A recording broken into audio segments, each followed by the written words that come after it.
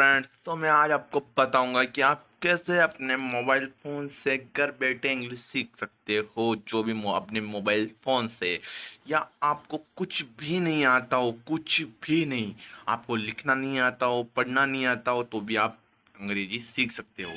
तो मैं आज आपको इंग्लिश बताऊंगा।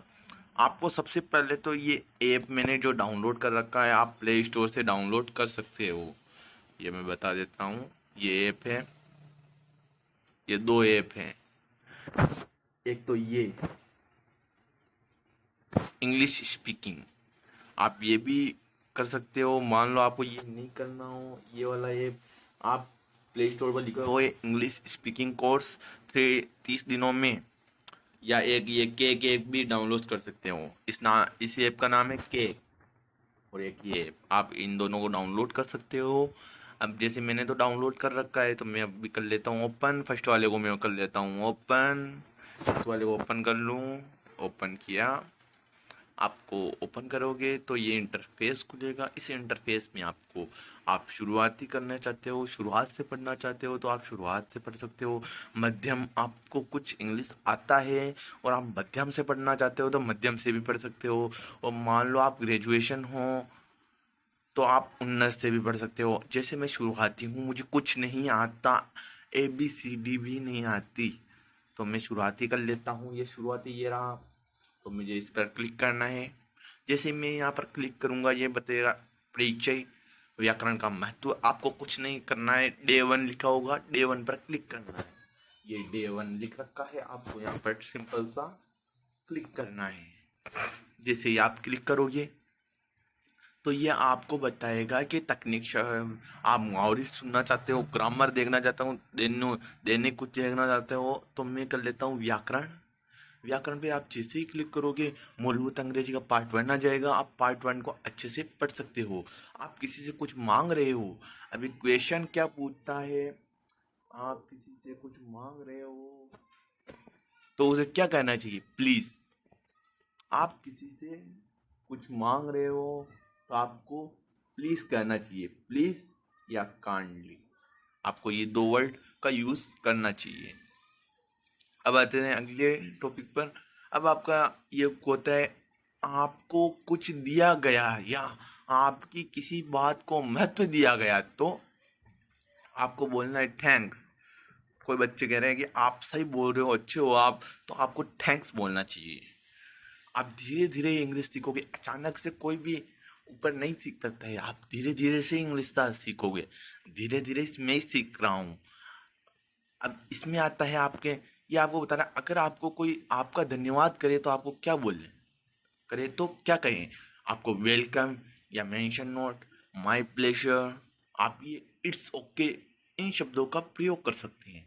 आप जैसे ही आगे बढ़ते जाओगे, आपको धीरे धीरे पूछ जवाब देता जाएगा कि आपको सोशल में क्या बोलना है, आप क्या बोल सकते हो इंग्लिश में, क्या क्या बोलना है।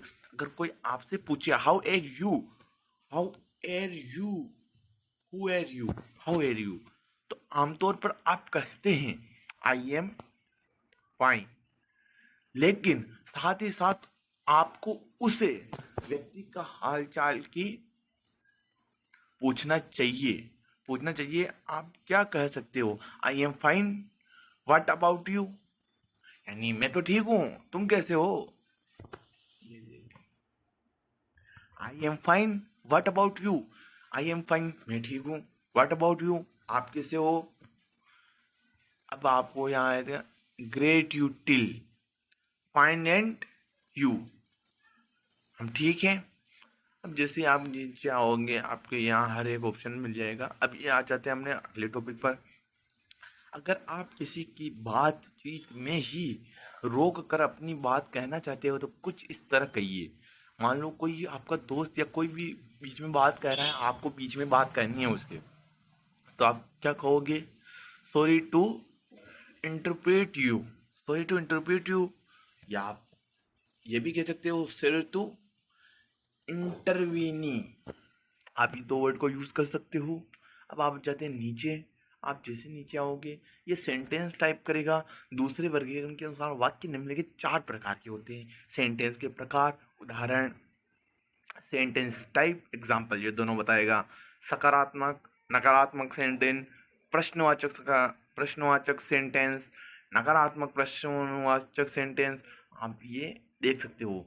अब आप कैसे, जैसे सकारात्मक है, सकारात्मक ये आ रहा है यहाँ पर अपने सकारात्मक, ठीक है, यहाँ आ रहा है सकारात्मक अपना, तो आप सकारात्मक आ गया। ऐसे वाक्य जिनमें ना ही नहीं का प्रयोग हो, ना ही कोई प्रश्न पूछा गया हो।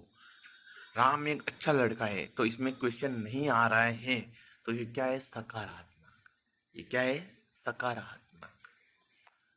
ये क्या है, सकारात्मक।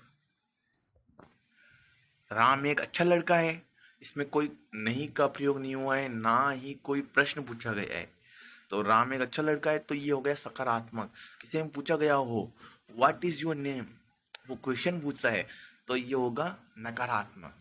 जैसे अब मैं दूसरा नकारात्मक का भी देता हूँ। अब ये लिख रखा है यहाँ पर नकारात्मक। नकारात्मक ऐसे वाक्य जिनमें नहीं का प्रयोग तो हो, पर कोई प्रश्न न पूछा गया हो। जैसे राम, राम से ले लेते हैं। जैसे राम एक अच्छा लड़का नहीं है, सिर्फ इसमें नहीं का प्रयोग हुआ है, प्रश्न नहीं पूछा गया है। राम एक अच्छा लड़का नहीं है, तो ये क्या हो गया, नकारात्मक। अब होता है प्रश्नवाचक। प्रश्नवाचक किसे कहते हैं, जैसे किसी में कोई प्रश्न पूछा गया हो। जैसे मैं पूरा भी इस परिभाषा का अनुसार बताता हूँ। ऐसे वाक्य जिनमें नहीं का प्रयोग ना हो, पर प्रश्न पूछा गया हो। जैसे क्या राम एक अच्छा लड़का है, ये आ गया। क्या राम एक अच्छा लड़का है, इसमें क्या पूछा गया है, प्रश्न। क्या राम एक अच्छा लड़का है, इसमें प्रश्न पूछा गया है, तो ये क्या हो गया, प्रश्नवाचक। अब जैसे आते हैं नकारात्मक प्रश्नवाचक, इसको क्या बोल सकते हैं आप, ऐसे वाक्य जिनमें नहीं का प्रयोग भी हो और प्रश्न भी पूछा गया हो। क्या राम एक अच्छा लड़का नहीं है, क्या राम एक अच्छा लड़का नहीं है, तो इसमें क्या हो गया, ऐसे वाक्य जिनमें नहीं का प्रयोग भी हो और प्रश्न भी पूछा गया हो। इसमें दोनों है, क्या राम एक अच्छा लड़का नहीं है, दोनों पूछ रहा है, नहीं भी है और क्या, यानी क्वेश्चन भी पूछ रहा है और नहीं भी बोल रहा है, तो ये हो गया नकारात्मक प्रश्नवाचक। तो हम जैसे आपका ये वाला तो कंप्लीट हो चुका है। अब आप यहाँ से बैक जाओगे ऊपर से, ये सेकेंड वाला पार्ट भी आप पढ़ सकते हो। सेकेंड वाले पार्ट में आपको वाक्य, पापा पार्क में खेलते हैं। पापा क्या है, कर्ता। अब मैं आज आपको इसमें बताऊंगा कि क्या है सब्जेक्ट, सब्जेक्ट, कर्ता, वर्ब, क्रिया, कर्म, ऑब्जेक्ट, कारक। ये तीन चीजें बताऊंगा मैं, वाक्य के तीन भाग। ये तीनों भाग में आज आपको बताऊंगा। कर्ता, कर्म, कारक, या कर्म को आप क्रिया भी कह सकते हो। जैसे पापा पार्क में खेलते हैं, तो पापा क्या हो गए, कर्ता, जो काम कर रहा है वो हो गया कर्ता। ये पहली लाइन से आप समझेंगे, ये पहली लाइन से आप समझाएंगे।